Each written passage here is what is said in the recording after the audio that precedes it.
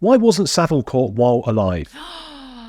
The million-dollar question. I have every reason to believe, and indeed so do other excellent researchers that I've come to trust over the way, is because he was a procurer. His job was to procure children for members of the British establishment. And there is some clips available online still which will point you in that direction. And one is, and actually I use it in the documentary, it's from an old Parkinson interview. And as a talk show host. Yes. Parky, for anybody who doesn't know, was the sort of blueprint of talk shows when I was growing up. That was Letterman. Yes, exactly. Exactly. And I used to also love like World in Action and the Cook Report in terms of investigative journalism.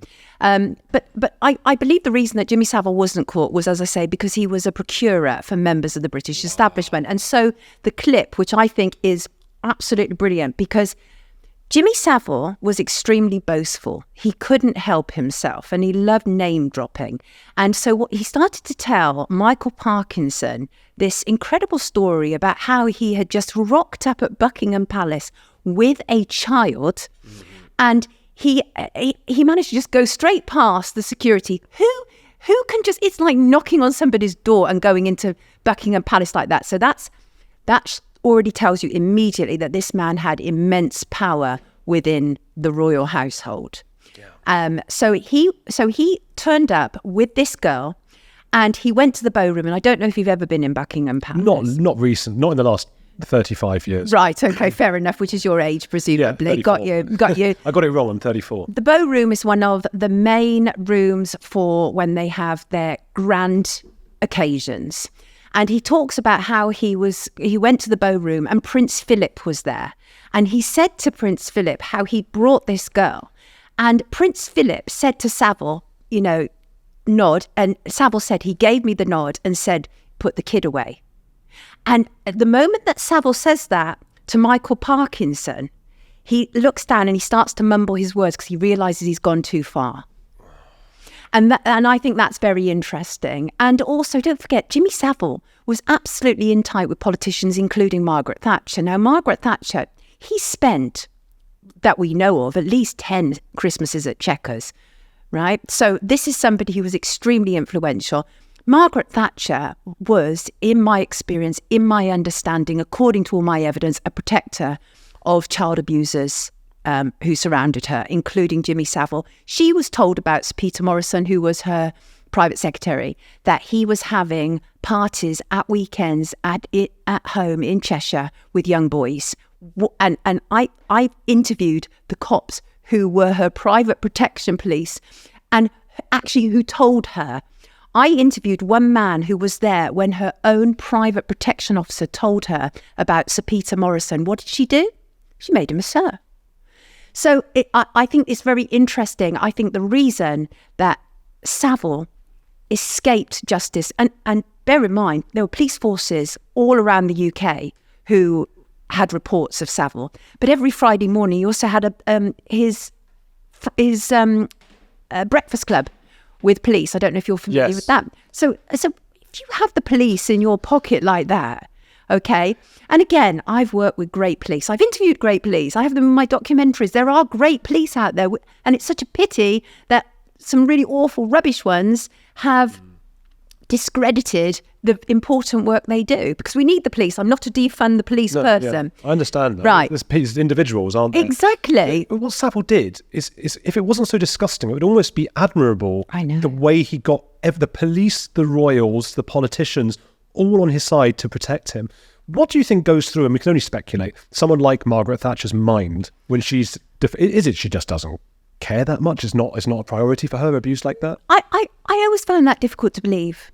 I felt that she was compromised by the... I don't believe, as awful and hateful at times as I felt that Margaret Thatcher was, and I was certainly no fan, I don't believe that she was a psychopath. I don't believe that. And so I believe that this was about self-protection. We've seen members of her cabinet who have talked now, and again, historically, there's video footage online and actually in my documentary of, people saying, well, it was my job to, when cabinet members came to me and told me their stories, which usually involved young boys, it was my job to make sure that those stories went away. And that was, they see it as for the good of the party, for the good of the nation. Yes, absolutely. So I don't think this is going to sound insane, I don't even think it's personal.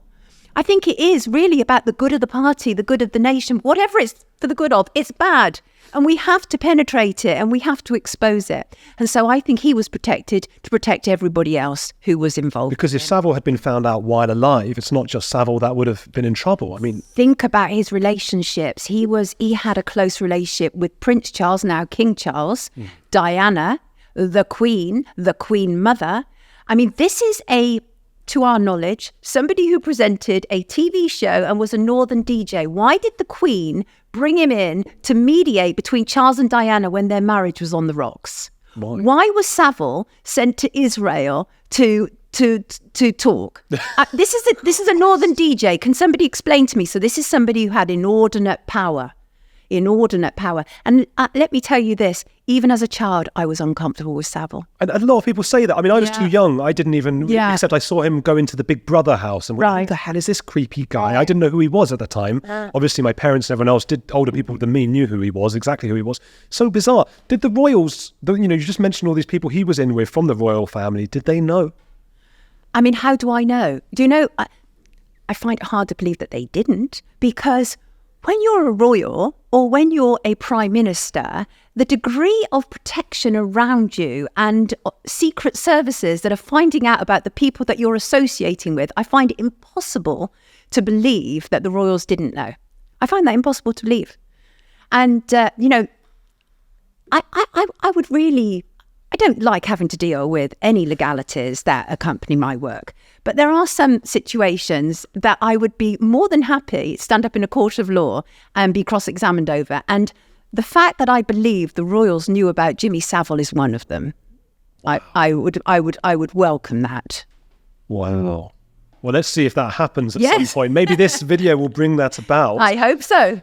Bloody hell. It does beg a belief. And that's why I was asking that question about Thatcher before, because I'm just so curious about the human mind and what goes on because so many people, I imagine most people watching and listening to this are thinking, if I found out about something like that, I would go straight to the police, blah, blah, blah. Yeah. And time again, it doesn't happen. No, it doesn't happen. There were also a lot of rumours about her husband as well, actually to do with the school in North London. Thatcher's husband. Yes, Dennis Thatcher, to do with the school in North London. And in fact, I've been approached by, and we are obviously sitting in North London at this moment in time, and I've been approached by several pupils from that school and Dennis Thatcher went regularly to that school, and I've been approached by several former pupils who swear up and down that he was involved in abuse. Oh my God. And I can say that because he's dead and he can't sue me for that. And actually, I don't know the truth, but I'm just on this occasion, I think it's safe enough to throw it out there as another potential, because Margaret Thatcher seemed not to have a problem to be around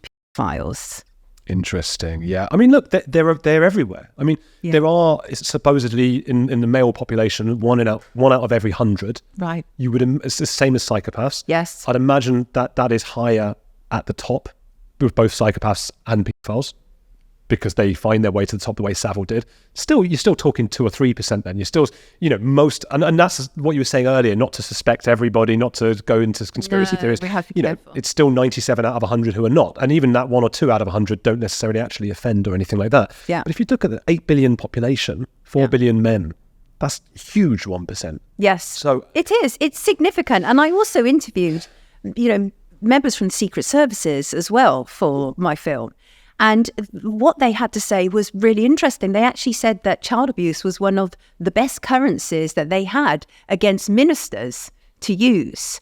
But there would be footage that would be taken and used as forms of blackmail. And I want to make absolutely clear here, I made that film not because I believed everybody in it was a pedophile, but because I was so upset that there had existed these allegations for 4 decades and nobody was doing anything about it. And I felt it needed all to be pulled together and for us to examine it and to look at it. And again, I don't ultimately know about people, and I make no allegations against anybody. And unless I had absolute proof,